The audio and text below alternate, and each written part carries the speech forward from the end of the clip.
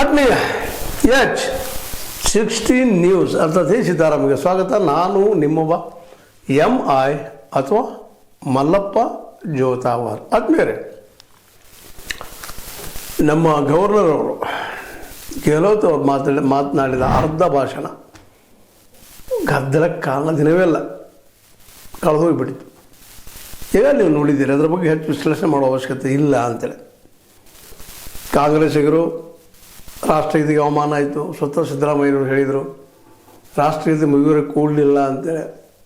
ನಮ್ಮ ಕಾನೂನು minister HK Patil ಹೇಳಿದರು. ಆದರೆ ಇವರು ಅಡೆತಡೆ ಮಾಡಿದ್ರಿ, ಅವ್ರು ಹೋಗು ಮುಂದೆ ಅಂತೇಳಿ BJPಗಿರೋ ಆರೋಪ ಮಾಡಿದರು. ಆರೋಪ ಪ್ರತ್ಯಾರೋಪ ಏನು, ನಮ್ಮಲ್ಲಿ ಒಂದು ಕನ್ನಡದಲ್ಲಿ ಗಾಜಿ ಮಾತದ, ಕಾಯಿ ಕೊಟ್ಟಲಿಲ್ಲ ಹೂ ಗಟ್ಟಲಿಲ್ಲ ಅಂತ. ಏನೂ ಆಗಲಿಲ್ಲ, ಬರೀ ವ್ಯರ್ಥ ಲಾಪ.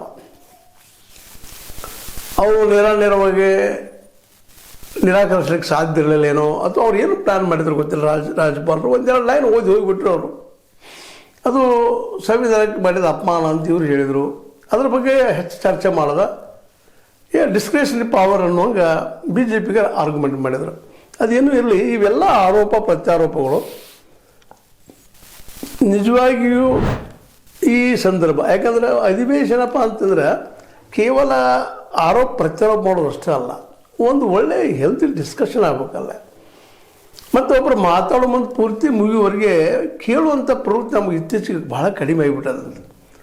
ಒಬ್ಬರು ಮಾತಾಡಲಿಕ್ಕೆ ಇನ್ನೊಬ್ರು ಹಾಗೆ ಶುರು ಮಾಡೇ ಬಿಟ್ಟಿರ್ತಾರೆ, ತಾನು ಮಾತಾಡ್ತಾನೆ ಇರ್ತಾರೆ. ಇದು ನಾವು ವಿಧಾನಸಭೆಯಲ್ಲಿ ನೋಡ್ತೀವಿ, ರಾಜ್ಯಸಭೆಯಲ್ಲಿ ನೋಡ್ತೀವಿ, ಅದೇ ಕಾಲಕ್ಕೆ ಲೋಕಸಭೆಯಲ್ಲಿ ನೋಡ್ತೀವಿ, ರಾಜ್ಯದ ಅಲ್ಲಿ ರಾಜಭವನದಲ್ಲಿ ನೋಡ್ತೀವಿ. ನಾವು ಯಾಕೆ ಮಾತನ್ನು ಹೇಳ್ತಾ ಇದ್ದೀನಿ ಅಂದರೆ, ಚರ್ಚೆಯನ್ನು ಪೂರ್ತಿ ಕೇಳಬೇಕು. ಇದ್ದಿದ್ರೆ ಒಂದು ಸ್ವಲ್ಪ ಸೆಂಟ್ರಲ್ ಗೌರ್ಮೆಂಟಲ್ಲಿ ಕೇಳ್ತಾ ಇದ್ದಾರೆ ಅಂತ ಅನ್ನಿಸ್ತದೆ.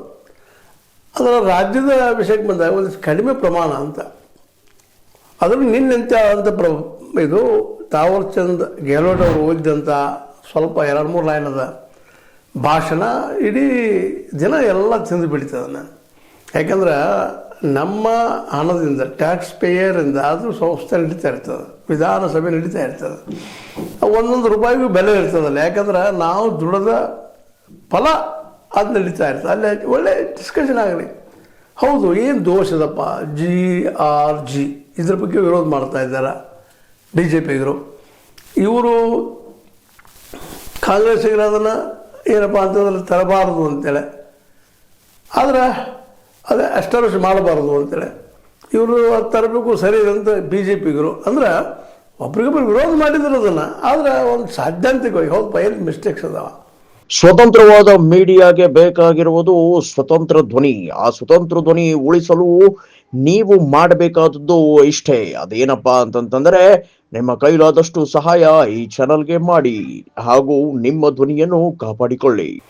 ಜನರಿಗೆ ಹೋಗಿ ಯಾಕೆ ಮುಡ್ತಾ ಇಲ್ಲ ಅನ್ನೋದನ್ನ ಒಂದಿಷ್ಟು ಕೂಲಂಕಷವಾಗಿ ಚರ್ಚೆ ಈಗ ಸ್ಟಾರ್ಟ್ ಆಗಬೇಕಾಯ್ತು. ನಿನ್ನೆ ಮುಗಿದು ಮೊನ್ನೆ ಮುಗಿದೋದು ರಾಜ್ಯಪಾಲರದ್ದು, ಅವತ್ತು ಸಾಕಷ್ಟು ಮಾತಾಡಿದ್ದಾರೆ. ಮತ್ತು ಇವತ್ತು ನಿನ್ನೇನು ಅರ್ಧ ಮಾತಾಡೋದ್ರಲ್ಲಿ ಏನದ. ಅದಕ್ಕೆ ಈ ಎಲ್ಲ ಬಿಟ್ಟ ಇವತ್ತು ಈ ಒಂದು ರಾಜ್ಯದ ದೊಡ್ಡ ಸದನ, ಜನ ಸಮಸ್ಯೆಗಳೇನು, ಇವತ್ತು ಏನು ಆಗಬೇಕಾಗ್ಯದ, ಉದ್ಯೋಗ ಸೃಷ್ಟಿಗೆ ನಾವು ಏನು ಮಾಡಬೇಕಾಗ್ಯದ. ಹೌದು, ಇದು ಕಸ್ಕೊಂಡ್ರಪ್ಪ, ಮಹಾತ್ಮ ಗಾಂಧಿ ಹೆಸರು ತೆಗಿಲಿ, ಆದರೆ ಉದ್ಯೋಗ ಸೃಷ್ಟಿ ನಿಜವಾಗಿ 125 ಕೊಡೋಕ್ಕಾಗ್ತದನ. ರಾಜ್ಯಗಳಿಗೆ 40% ದುಡ್ಡನ್ನು ಹಾಕಕ್ಕೆ ಸಾಧ್ಯದನ. ಯಾಕಂದ್ರೆ ರಾಜ್ಯಗಳ ಸ್ಥಿತಿ ಇವತ್ತು ತಮ್ಮಲ್ಲಿ ಬಂದಂಥ ಎಲ್ಲ ಟ್ಯಾಕ್ಸನ್ನು ಸೆಂಟ್ರಲ್ ಕಳಿಸೋದು. ಈ ಸಲ ನೋಡ್ರಿ, ಸೆಂಟ್ರಲ್ ಗೌರ್ಮೆಂಟದ ಬಜೆಟ ಹೆಚ್ಚು ಕಡಿಮೆ 55 ಲಕ್ಷ ಕೋಟಿ ರೂಪಾಯಿ ಆಗ್ತದಂತ ಈಗ ಅಂದಾಜದ. ಎಷ್ಟು ರೀ? 55 ಲಕ್ಷ ಕೋಟಿ. ಅದರಲ್ಲಿ 45ರಿಂದ ಹೆಚ್ಚು 47 ತನಕ 47 ಲಕ್ಷ ಕೋಟಿ ತನಕ ನಾವೇನು ಟ್ಯಾಕ್ಸ್ ಕಟ್ಟಿರ್ತೀವಿ ಅದು ದುಡ್ಡಲ್ಲಿ ಬಳಸುವಂಥದ್ದು. ಯಾಕೆ ಈ ಮಾತು ಹೇಳ್ತಾ ಇದ್ದೀನಪ್ಪ ಅಂದ್ರೆ, ಹಿಡಿದು ಉಳಿದ ಇಂಡಸ್ಟ್ರಿ ಅಂತ ಎಲ್ಲೂ ದುಡ್ಡು ಬರ್ತಾನೇ ಇಲ್ಲ, ಯಾವ ಇಂಡಸ್ಟ್ರಿ ನಡೀತಾನೂ ಇಲ್ಲ. ಕೇವಲ ಇಂಡಸ್ಟ್ರಿ ಅಂದ್ರೆ ಅಗ್ರಿಕಲ್ಚರ್ ಒಂದು. ರೈತನ ಬಾಯಿ ಮೇಲೆ ಪಡೋದು ಲಾಭ ಮಾಡ್ಕೊಳ್ಳಿಕ್ಕಿದ್ದಾರೆ. ರೈತ ಲಾಭನೂ ಕೊಟ್ಟಿರಲಿಲ್ಲ. ರೈತ ಮಾತ್ರ ಸಾಧನೆ ಸತ್ತೋಗುವಂಥದ್ದು. ಏನೋ ಊಟ ಮಾಡ್ತಾನೋ, ಒಂದು 2 ಬಟ್ಟೆ ಹಾಕೋತಾನ ಅನ್ನೋದು ಬಿಟ್ಟರೆ ಮತ್ತೇನೂ ಇಲ್ಲ. ಅವ್ರು ಪೂರ್ವಜರಿಂದನೋ ಯಾವುದೋ ಕಾಲದಲ್ಲಿ ಇಷ್ಟು ಭೂಮಿ ತೊಗೊಂಡಿದ್ದಾರೆ. ಪೂರ್ವಜರಿಂದ ಬಂದಂಥ ಭೂಮಿಗಳು ಏನದಾವ ಅಷ್ಟೇ.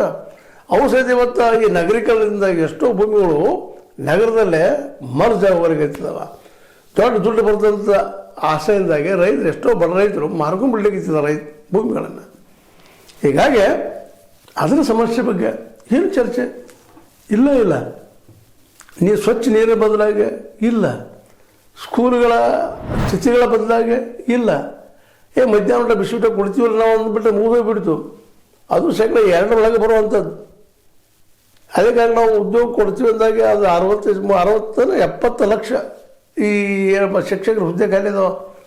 ಅದಾಗ ಮೊನ್ನೆ 35,000 ಜನಕ್ಕೆ ಉದ್ಯೋಗ ಕೊಡ್ತಿಲ್ಲ ಅಂತ ಒಂದು ಮಾತಾಡಿದ್ದಾರೆ. 70,000ದಾಗ ಅರ್ಧದಷ್ಟೇನೋ ನಾನು ಮೊದಲು ಬಂಗಾರಪ್ಪನವರು.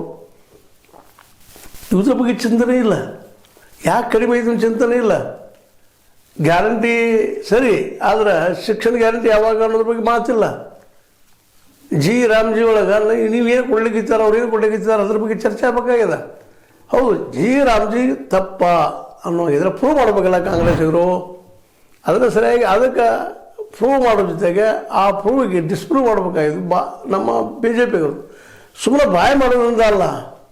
ಹೌದು, ಮಳೆರಾಗಿದ್ದು ಅಂಥದ್ದು ಚಲೋ ಕೊಡ್ತಾ ಇದ್ದೀವಿ ಅಂತೇಳಿ. ಆದರೆ ಒಂದು ಕ್ಲಿಯರಿಸಬೇಕಾಗಿದ್ದು ಏನಪ್ಪ ಅಂತಂದ್ರೆ 40% ದುಡ್ಡನ್ನು ಎಲ್ಲಿಂದ ಹಾಕಬೇಕು, ರಾಜ್ಯಗಳು ಯಾವ ಖಾತೆಯಿಂದ ಹಾಕಬೇಕು, ಸೆಂಟ್ರಲ್ ಮತ್ತೆ ಹೆಲ್ಪ್ ಮಾಡ್ತದೇನೋ, ಅದು ಇನ್ನಷ್ಟು ಹೆಚ್ಚು ಆಗ್ತದೇನೋ ಸೆಂಟ್ರಲ್ಲ ಅನ್ನೋದ್ರ ಬಗ್ಗೆ ಇವತ್ತು ಮಾತಾಡಬೇಕಾಗಿದೆ ಅವ್ರದ್ದು BJPಗರು. ಇನ್ನು ಕಾಂಗ್ರೆಸ್ಸಿಗರು ಏನೇನು ದೋಷ ಇದಪ್ಪ ರಾಜ್ಯ ಒಳಗೆ ಅದನ್ನು ಎತ್ತಿ ತೋರಿಸ್ಬೇಕಾಗಿದೆ.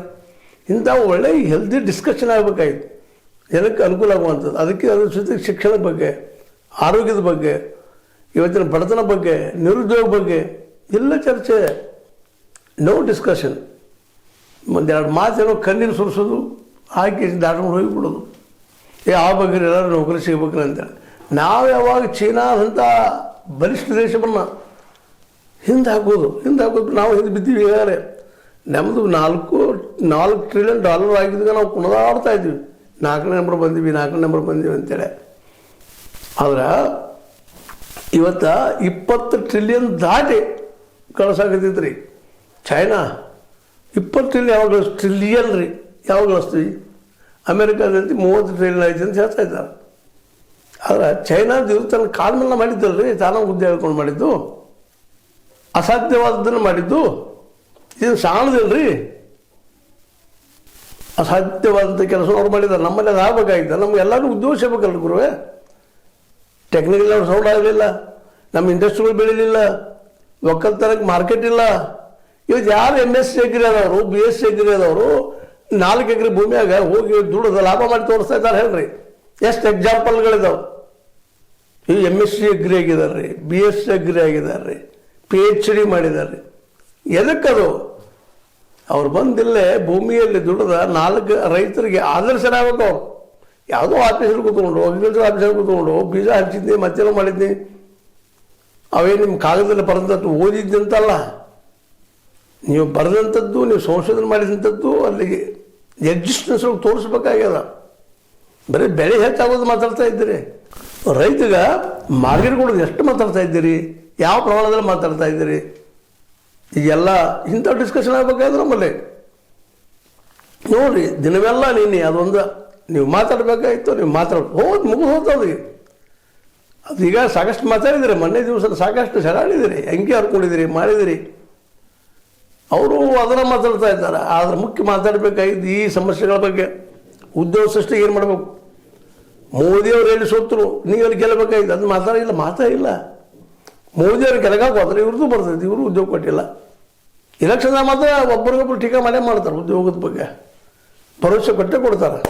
ಅದು ವಾಸ್ತವವಾಗಿ ಈ ಸದನದಲ್ಲಿ ನಡಿಬೇಕಾದ ಚರ್ಚೆಗಳು ಇವು. ರೈತ ಇವತ್ತು ಬೀದಿಗೆ ಬಂದಾನ, ಅದ್ರ ಬಗ್ಗೆ ಇಲ್ಲ. ರೈತ ಮಾರ್ಕೆಟ್ ಇಲ್ಲ, ಅದ್ರ ಬಗ್ಗೆ ಇಲ್ಲ. ರೈತ ಸಾಲ ಕಡಿಮೆ ಕೊಡ್ತಾರೆ, ಇವರು ಕೊಟ್ಟು ಅದು ಮುಡ್ಸೋಕ್ಕಾಗೋದ್ರೆ ರೈತಗೆ ಯಾಕೆ, ಅದ್ರ ಬಗ್ಗೆ ಇಲ್ಲ. MSc ಅಗ್ರಿ ಅಂತವ್ರು ಚಲ್ತ್ರ ಓದಿದ್ದವ್ರು ಅಗ್ರಿಕಲ್ಚರ್ಗೆ ಯಾಕೆ ಬರ್ತಾ ಇಲ್ಲ, ಇವಕ್ಕೆಲ್ಲ ಉತ್ತರ ಹುಡುಕ್ಬೇಕಾಗಿತ್ತು ರೀ. ಇಲ್ಲಿ ಉದ್ಯೋಗ ಅದಾವ, ಆದ್ರೆ ಲಾಭದ ಉದ್ಯೋಗ ಅಲ್ಲ. ಅದು ಯಾವಾಗ ಒಂದು ಲಾಭ ಉದ್ಯೋಗ ಅನ್ನೋದ್ರ ವಿಚಾರ ಮಾಡ್ತಾ ಎಲ್ಲ ದಿವಸದಿಂದ ಚರ್ಚೆ ಆಗಬೇಕಾಗಿತ್ತು. ಅದೆಲ್ಲ ಬಿಟ್ಟು ಸುಮ್ಮನೆ ಏನೋ ನಮ್ಮ ರಾಜ್ಯಪಾಲರು ಅರ್ಧಾಗಿ ಬಿಟ್ಟು ಹೋದ್ರೆ ತಿಳ್ಕೊಂಡು ಅದನ್ನು ದೊಡ್ಡ ಇಶ್ಯೂ ಮಾಡಿ ದಿನವೆಲ್ಲ ಕಳೆದಿದ್ದು ಎಷ್ಟು ಯೋಗ್ಯ ನೀವು ಹೇಳ್ರಿ ಅಂತ ಹೇಳ್ತಾ, ಇದು ನಿಮ್ಮ ಲೈಕ್ ಇರ್ಬೋದು. ಲೈಕ್ ಮಾಡಿ, ಶೇರ್ ಮಾಡಿ, ಕಾಮೆಂಟ್ ಮಾಡಿ, ಜೊತೆ ಸಬ್ಸ್ಕ್ರೈಬ್ ಮಾಡಿ. S16 ನ್ಯೂಸ್ ಅರ್ಥ ತಿಳಿಸಿದ್ರೆ ಇದು ಸತ್ಯದ ಕೈಗರಡಿ ವಂದನೆಗಳು.